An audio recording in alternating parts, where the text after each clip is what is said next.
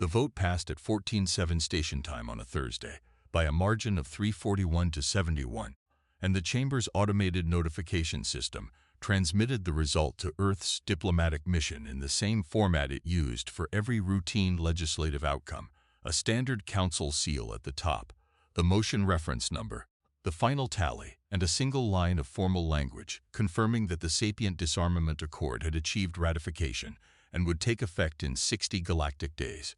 My name is Admiral Kiran Mehta. I am 63 years old. I spent 16 years as a weapons systems engineer with the United Earth Defense Directorate, 11 years as the director of Earth's Advanced Defense Research Division, and the last 9 years as Earth's senior military attaché to the Galactic Council, a position whose primary function in the years before everything changed had been to sit in the observer gallery of the Council's Security Directorate sessions and watch decisions get made about human military capacity by species who had been making such decisions for 3 centuries and had never once, in those 3 centuries, been seriously wrong about the species they were deciding about. They were seriously wrong about us.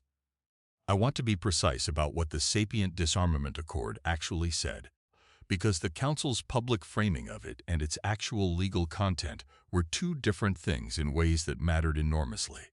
The public framing was that the Accord was a multilateral peace initiative, a historic step toward reducing interspecies military tension in Council space, applicable to all member species proportionally according to their current registered weapons capacity.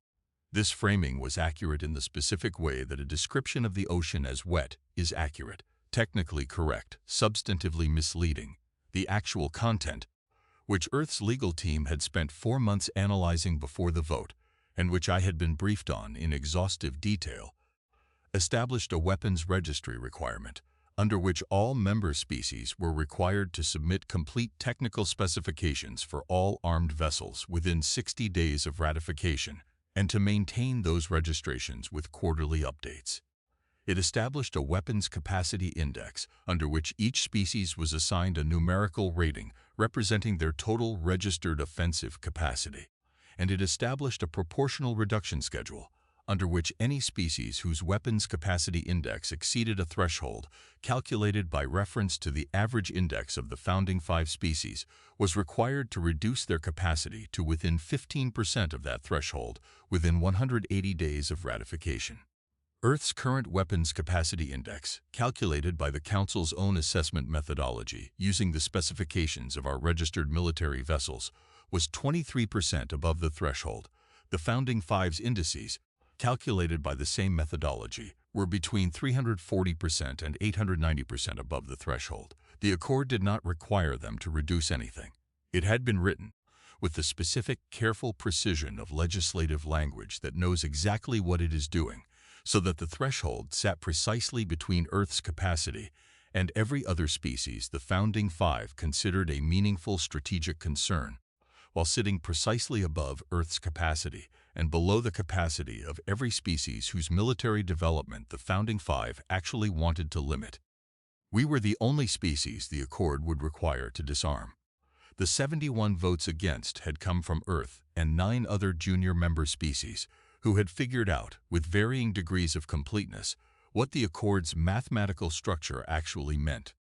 The 341 votes in favor had come from every species that had either calculated the Accord's true purpose and approved of it, or had not read the mathematical provisions carefully enough to realize what they were voting for. I had been sitting in the observer gallery when the result was announced. I had not been permitted to speak, because military attachés in observer status did not have floor rights in Security Directorate ratification sessions, which was itself a provision that the founding 5's delegations had introduced as a procedural amendment to the session's rules 3 days before the vote. I had known the amendment was coming. I had known, in fact, what the final vote tally would be within 4 votes, because Project Callisto's intelligence assets had given me access to the private whip count that the Vethrani delegation had been running for 3 weeks. I had sat in the gallery and watched the vote, and I had thought about Admiral Priya Sharma, who had died 6 years ago in a testing facility outside Johannesburg, and about the things she had spent the last 19 years of her life building, and about the fact that she had told me in our last conversation before her death that she was not worried. She had said, "They are voting on the wrong question." I understood what she meant now in a way I had not entirely understood then. I collected my data case from the gallery seat beside me, and I walked out of the Security Directorate chamber, and I did not look back, because there was nothing in that room that required my attention anymore. Everything that required my attention was already built. I want to tell you about Admiral Priya Sharma because Project Callisto is incomprehensible without her, and because she deserves to be understood as something more than the woman who built the thing that saved us. Priya was born in Pune in 2038, the daughter of a naval architect father and a theoretical physicist mother, and she spent the first 14 years of her military career doing exactly what her record showed she was doing: weapons systems development, propulsion research, hull design optimization, and simultaneously, in the specific parallel way of someone who has identified a problem that their official work cannot address and has decided to address it anyway, building the foundational framework of what would eventually become the most consequential defense research program in human history. The insight that started it had come to her in 2064 during a routine briefing on the Council's latest weapons assessment of Earth's military capacity. The assessment was thorough, competent, and based on complete information. Every registered human vessel, every publicly disclosed weapons specification, every technical parameter that Earth's military was required to report under the Council's standard transparency provisions. The assessment's conclusion was that Earth's military capacity was significant for a species of our age and developmental stage, non-threatening to any founding species, and unlikely to become threatening within the next 40 years, given our current research trajectory. Priya had read that assessment and had asked a question that nobody in the briefing room had thought to ask. What was the Council's assessment based on? The answer, when she traced it back through the assessment's methodology, was that it was based on everything the Council could see: their detection systems, their intelligence gathering, their treaty-mandated transparency reports, everything visible. And what, she had then asked herself, had humanity been doing for 60 years that was visible? The answer was everything that could be registered, reported, and observed. Everything that the Council's treaty framework required to be disclosed. Everything that existed in the space of what the Council considered legitimate military development. She had then asked the question that changed everything. What would it mean to develop military capability that was not in that space at all? Not hidden, not concealed through deception, not in violation of any treaty provision. Simply not in any category that the Council's assessment methodology had been built to look for. Because the Council's assessment methodology had been built by species who had been the most advanced civilizations in the galaxy for 300 years and had, somewhere in those 300 years, stopped genuinely considering the possibility that a species they had already assessed might be developing things they had not thought to assess. The distinction she was drawing was not between visible and invisible. It was between registered and unregistered, between the weapons that the Accord was requiring Earth to reduce and the capabilities that the Accord had never thought to mention, because the people who wrote it had not imagined that such capabilities might exist. She had taken this question to a closed session of Earth's Joint Defense Committee in January 2065, in a briefing that I was not present for but whose transcript I have read many times. The briefing lasted 4 hours. The committee argued about it for 6 months. Then they voted to fund what became Project Callisto, under a classification level so absolute that the program's existence was known to fewer than 40 people at any given time for the 19 years of its operation. Project Callisto's 3 pillars were designed by Priya personally, in consultation with a team of 9 scientists and engineers who worked in complete isolation from each other and from the broader program, each understanding their own piece and nothing else. I will describe them in the order they were revealed, not the order they were built, because the order of revelation mattered to the strategy. The first pillar was what Priya had named the lattice. It was, in the most technically precise language available, an autonomous distributed kinetic denial system, which is a description so dry that it fails entirely to communicate what it actually was. So let me try a different description.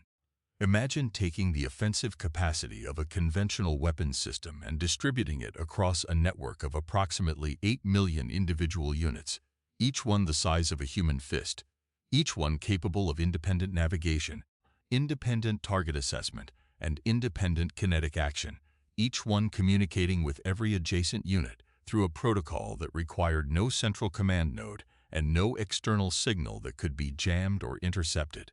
Now imagine that those 8 million units, instead of being stored in weapons bays or mounted on hulls where they would be subject to the Council's registration requirements, had been deployed throughout the space around Earth and its colonies over the preceding 11 years, individually indistinguishable from the natural metallic debris that fills any inhabited star system, collectively representing a kinetic denial capability that exceeded Earth's entire registered weapons capacity by a factor of approximately 17.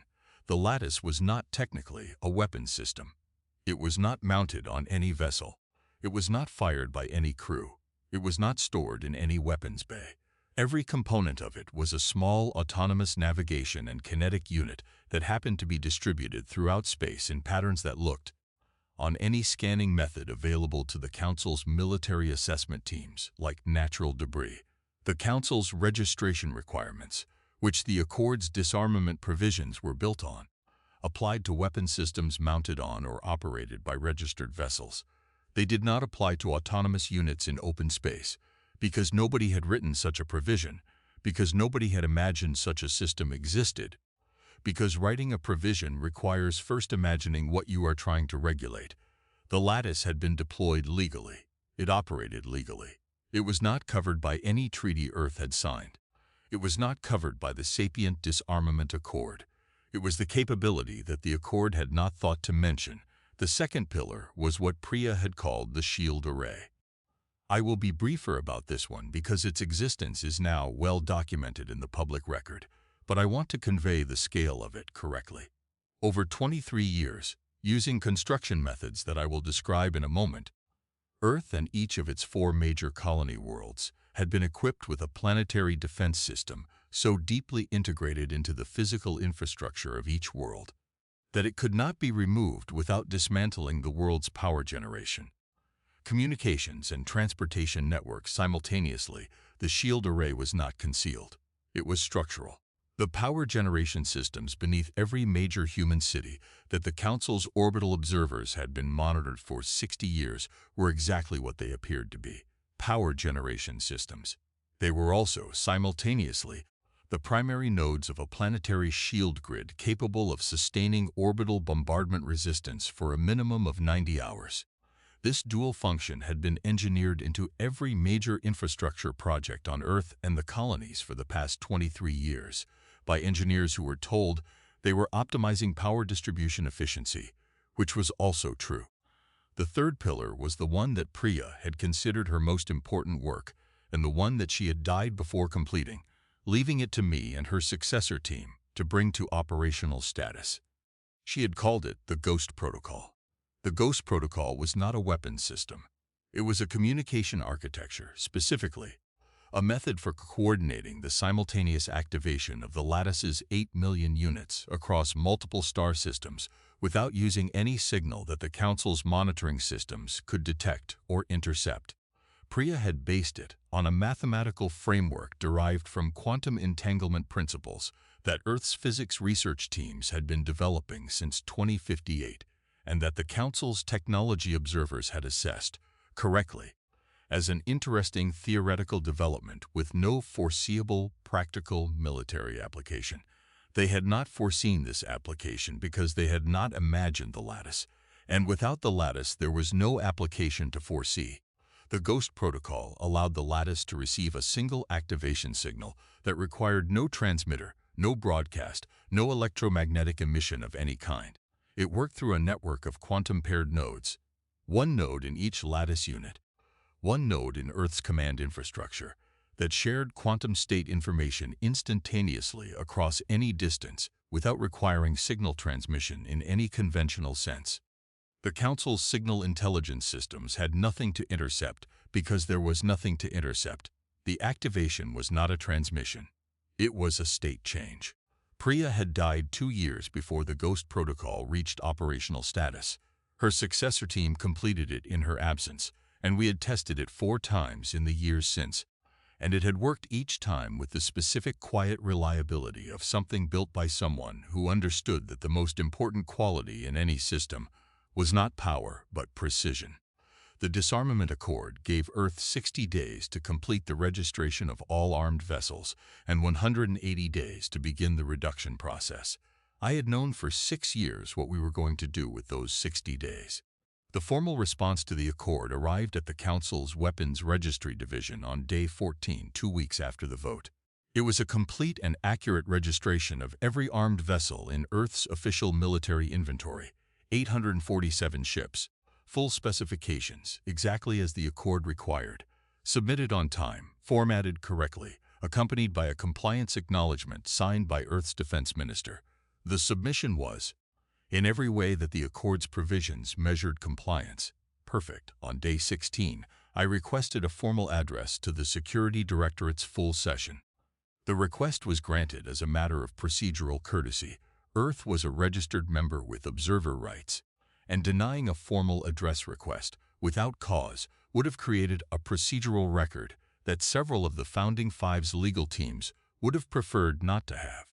I walked into the Security Directorate chamber on the morning of day 16 and placed my data case on the lectern and looked out at the assembled delegates with the specific calm of someone who has spent 9 years in this room as an observer and is now, for the first time, standing at the center of it. Councillor Velthrix of the Vethrani delegation was in his seat. He had been the Accord's primary architect. He had the specific comfortable posture of someone who has just achieved a significant legislative victory and is now managing the administrative details of implementing it. His feeding tendrils were relaxed and retracted. He was not concerned about what I was about to say, because he had assessed Earth's position thoroughly, and Earth's position, as far as his assessment could determine, was one of compliance and no meaningful alternatives. I activated my data slate. Members of the Security Directorate, I said, Earth has submitted a complete and accurate registration of all armed vessels in our military inventory, in full compliance with the Sapient Disarmament Accord's registration requirements. I paused. I would like to draw the Directorate's attention to the Accord's definition of registrable weapons systems, as specified in Article 3, Section 2, Subsection 4. I displayed it on the Chamber's primary screen. The relevant text defined registrable weapons systems as any offensive or defensive armament mounted on, integrated into, or operated by a registered member species military or civilian vessel. Earth's submission covers every system that meets this definition, I said. I would like to note that Article 3, Section 2, Subsection 4 does not address autonomous systems not mounted on, integrated into, or operated by any vessel. The chamber was quiet. I would like to further note, I said, that the Accord's reduction schedule in Article 7 applies to registered weapons capacity as calculated by the Registry Division's assessment of submitted specifications. I displayed a second document. Earth's registered weapons capacity, as submitted on day 14, is accurate and complete. Under the Accord's reduction schedule, Earth will be required to reduce this capacity by approximately 23% over 180 days. Earth is prepared to comply with this requirement in full. The chamber was still quiet, a different quality of quiet than before. I would also like to inform the Directorate, I said, of the existence of certain defense capabilities that are not covered by the Accord's registration requirements. In the interest of transparency, I activated the primary display. What appeared on the screen was a tactical representation of the lattice, not in technical detail, not with specifications that would constitute a disclosure of classified engineering, but as a visual overview. 8 million autonomous units, distributed throughout the space around Earth and its 4 colony worlds, rendered as a density map that showed their coverage pattern as a deep blue field surrounding each human world and extending outward through the surrounding star systems. The coverage pattern was very large. I gave the chamber 30 seconds to look at it. Then I said, the lattice is not a weapons system under the Accord's definition. It is not mounted on any vessel. It is not operated by any crew. It is not registered and is not required to be registered. Its current deployment covers approximately 340 cubic light minutes of space around Earth and our colonies. I displayed a second tactical overview, the shield array, rendered as a structural diagram showing its integration into Earth's and each colony's planetary infrastructure. The shield array is not a weapons system under the Accord's definition. It is integrated into planetary infrastructure rather than vessel systems. It is not registered and is not required to be registered. A third display, the Ghost Protocol's Quantum Node Distribution Map. The Ghost Protocol is a communication architecture, not a weapons system.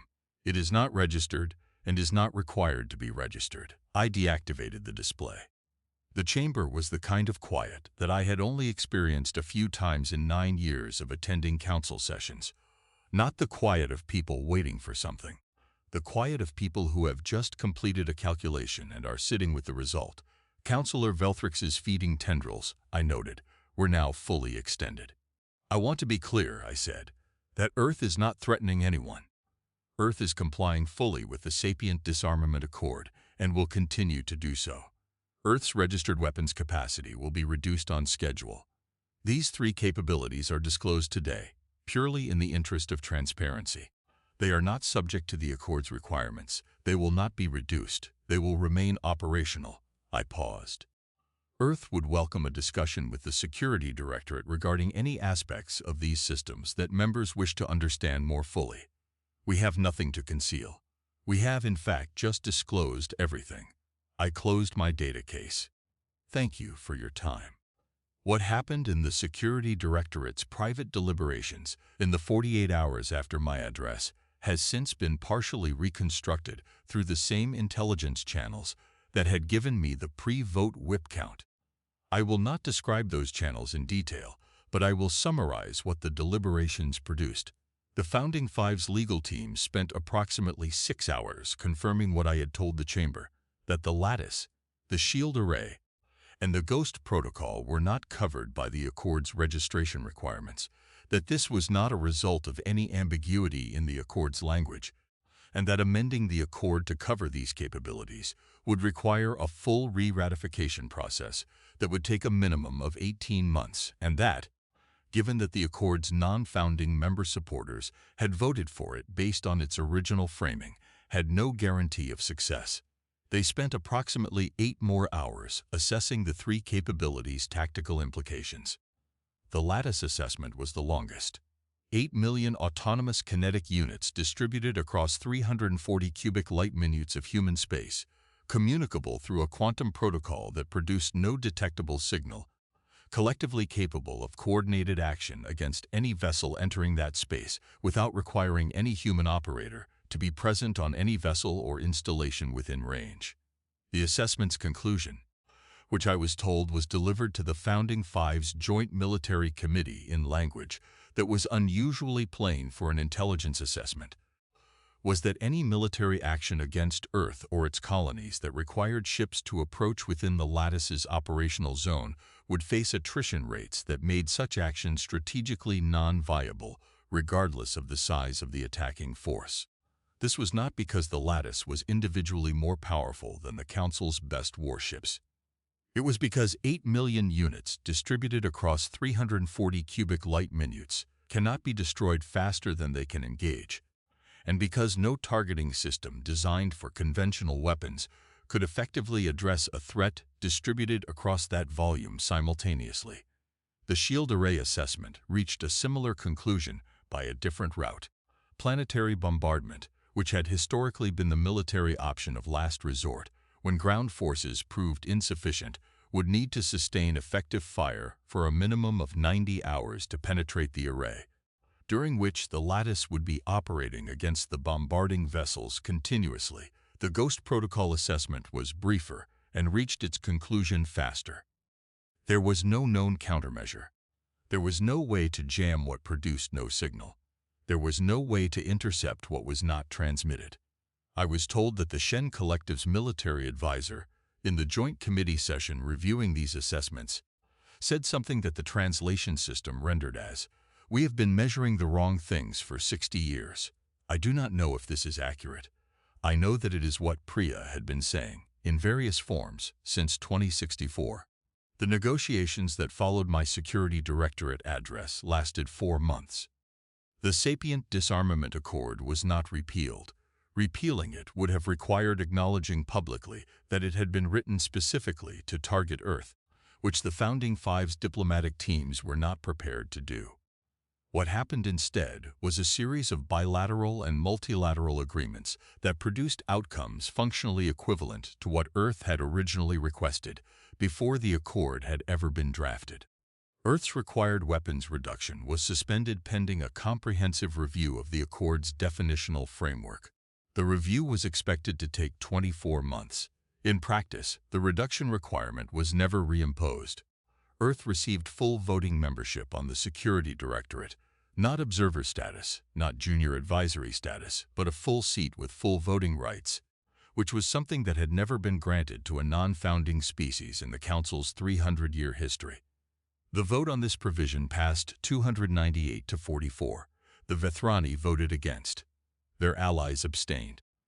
The lattice's existence was formally acknowledged in the bilateral frameworks as Earth's sovereign defensive infrastructure, not subject to Council oversight or registration requirements, a precedent that 3 other junior member species immediately began exploring the implications of, with what I understand were interesting results in the years that followed.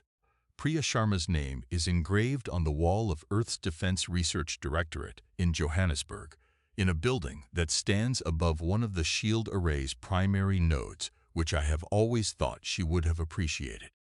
Her daughter attended the ceremony when the inscription was unveiled. She had been 12 when her mother died.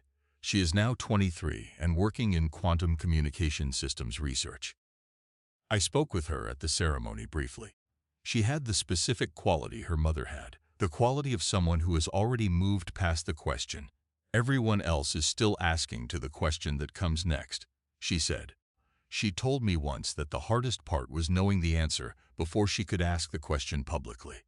I thought about that for a long time. I have a house in Pune now, which is where Priya had grown up, and where she had always said she would retire if she ever stopped working, which she never did. I moved there because it felt like the right kind of continuity for something she had started and I had helped finish. The house has a garden that I am not very good at maintaining, and a view of the hills to the east that is particularly good in the early morning. My nephew is 12 years old. He came to visit last summer and asked me, with the specific directness of children who have decided you are a reliable source of interesting information, what I had done in the council. I thought about how to answer a 12-year-old's question about 19 years of classified defense research and 4 months of negotiations, and the specific patience required to build something in complete secrecy, and then disclose it at exactly the right moment. Someone decided, I said, that the best way to make sure we were safe was to build the safety first, and then let everyone know it existed. He thought about this. Why not tell them while you were building it? Because, I said, if we had told them while we were building it, they would have tried to stop us. He nodded slowly, with the expression of someone who has just understood something that they will continue to understand more fully for the rest of their life. So you built it first, he said. We built it first, I said. He went back to whatever he had been doing. I sat in the garden in the morning light and looked at the hills and thought about Priya saying they are voting on the wrong question, and about 8 million fist-sized units sailing in patient silence through the space around every world where human beings lived, and about the specific quality of safety that comes not from being strong enough to win a fight, but from making the fight itself no longer the most rational choice available to anyone considering one. The galaxy had voted to take our weapons. They had not asked what else we had built. They knew now. And in the morning quiet of a garden in Pune, in the long, patient aftermath of something that had taken 19 years to build and 1 morning to reveal, I found that the question they had forgotten to ask was the best answer we had ever given.